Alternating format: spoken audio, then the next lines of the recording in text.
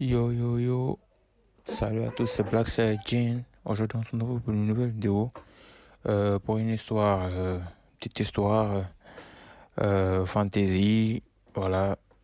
Euh, Juste merci aux deux nouveaux abonnés sur la chaîne. Je me fixe comme objectif d'atteindre les 100 abonnés avant la fin de l'année.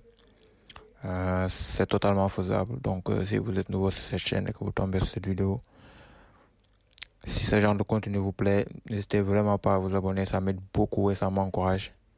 Voilà, donc je compte sur vous. Sans plus tarder, let's go. Dans un monde où la nuit cache plus de secrets que le jour, se croisent vampires, sorciers et loups-garous. C'est l'histoire de Lysandra, une jeune apprentie sorcière qui va découvrir que le pouvoir n'est rien sans la loyauté. Une histoire de magie, de trahison et d'un amour interdit. Lysandra, 19 ans, étudiait la magie dans une petite ville au bord d'une forêt. Curieuse et pleine d'espoir, elle rêvait de maîtriser les arcanes anciennes. Un soir, alors qu'elle cueillait des plantes pour ses potions, elle rencontre Kael, un jeune homme mystérieux au regard sombre. Ce qu'elle ignorait, c'est que Kael était un vampire. Contre toute logique, une amitié se tissa. Kael lui enseignait les secrets de la nuit, tandis que Lysandra partageait ses sorts. Peu à peu, ce lien devint plus fort. Une complexité troublante que chacun tentait de cacher. Car dans ce monde, sorciers et vampires étaient ennemis depuis toujours. Mais la paix fragile fut brisée par l'apparition de Rorik, le chef d'une meute loup-garou.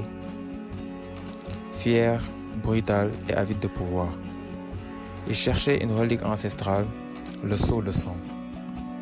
Une pierre capable de soumettre toutes les créatures de la nuit.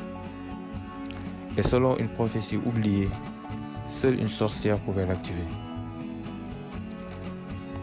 C'est alors que la trahison frappa. L'ami d'enfance de Lysandra, Elias, jeune sorcier loyal en apparence, révéla sa jalousie. Il livra Lysandra à Rorik, espérant ainsi devenir le héros de son peuple. Mais au fond, il voulait simplement qu'elle ne s'approche plus de Kael. Enchaînée dans les ruines d'un ancien temple, Lysandra vit Kael affronter Rorik, les crocs contre les griffes, la magie contre la rage. Elias, lui, hésitait. Devait-il sauver son ami ou assouvir sa rancune? Le combat faisait rage, la forêt entière tremblait sous leurs pas. Et c'est alors que la vérité éclata. Le sceau de sang ne pouvait pas être activé par une simple sorcière, non. Il fallait que le sang mêlé d'un vampire et d'une sorcière. Kael et Lysandra étaient liés par un destin plus ancien que leur peur. Ensemble, ils détenaient le pouvoir de contrôler toutes les créatures de la nuit. Face à cette révélation, Elias comprit son erreur. Il tenta de se racheter en libérant Lysandra, mais Rorik n'avait pas dit son dernier mot. Dans un dernier duel, Lysandra et Kael unissent leur magie et leur sang.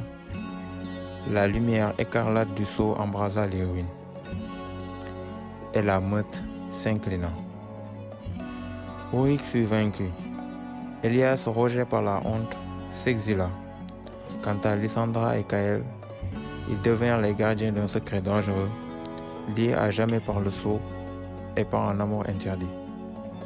Car dans les ténèbres, la plus grande force n'était pas la magie, mais le lien entre deux âmes.